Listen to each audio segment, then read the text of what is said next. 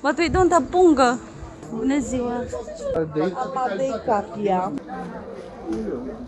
Dito kami sa market kasi bibili kami na seeds. Nashti ko lang usyak ko. And yan na. Hey! So maghahanap kami dito. Kasi yung mga seeds ko namatay. So I need another seeds. And medyo malamig. I feel sad talaga kasi yung mga seeds nga ginpunla ko, hindi talaga sila tumubo, hindi ko naalagaan ng mabuti. Madalang lang kasi kaming pumupunta doon sa aming bahay dahil nagsisimula na yung pagre-renovate doon. Ayaw ko naman na ma-expose yung yana sa mga semento nga ginamix. So ito na papasok na kami dito sa my market kung saan nagbebenta ng iba't ibang uri ng punla. Hindi na kami umikot pa sa ibang area dito na lang talaga kami sa Bukana.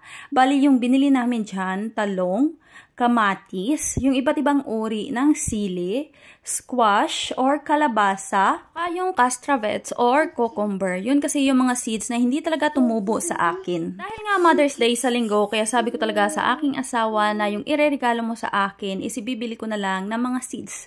Ito na kasi ngayon yung nagpapahappy sa akin, yung pagtatanim doon sa aming maliit na garden.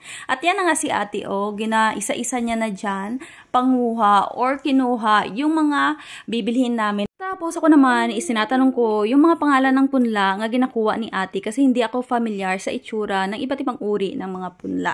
Itong aming market is maliit lang talaga to. Yung area na ito is para lang sa mga punla ng mga vegetable na itatanim mo. Tapos doon sa may kabilang ibayo is yung mga gulay na tinitinda dito. Next time is dadalhin ko kayo doon para makita niyo naman yung aming maliit na market dito na puno-puno ng iba't ibang uri na mga priska na mga gulay. Of course, mga Romania na mga gulay. Bihira ka lang talaga dito makakita sa aming lugar ng mga Asian na mga gulay. Mostly makikita siya sa mga store dito tapos mga frozen na. Naririnig nyo na naman nga yung boses ng Yana kasi tinutulungan niya naman akong mag-voice over.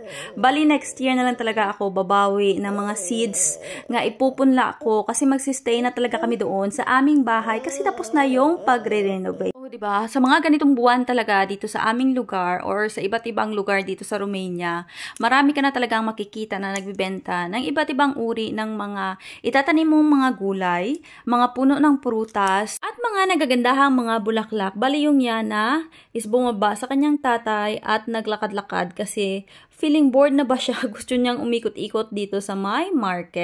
Ayan, sinasamahan siya ng kanyang tatay na maglakad-lakad dito sa may palibot ng market. At yan na pala yung mga punla na bibilhin namin. Medyo madami-dami ito. Kasi sabi ng aking asawa, damihan na lang daw. At nilagay na nga dyan ng duwam na yung mga pinamili naming mga gulay dito. Hopefully na makaharvest kami ng madaming mga bunga sa mga punla na binili namin dito para naman ma-share namin sa aming mga kapamilya na nandito sa aming city.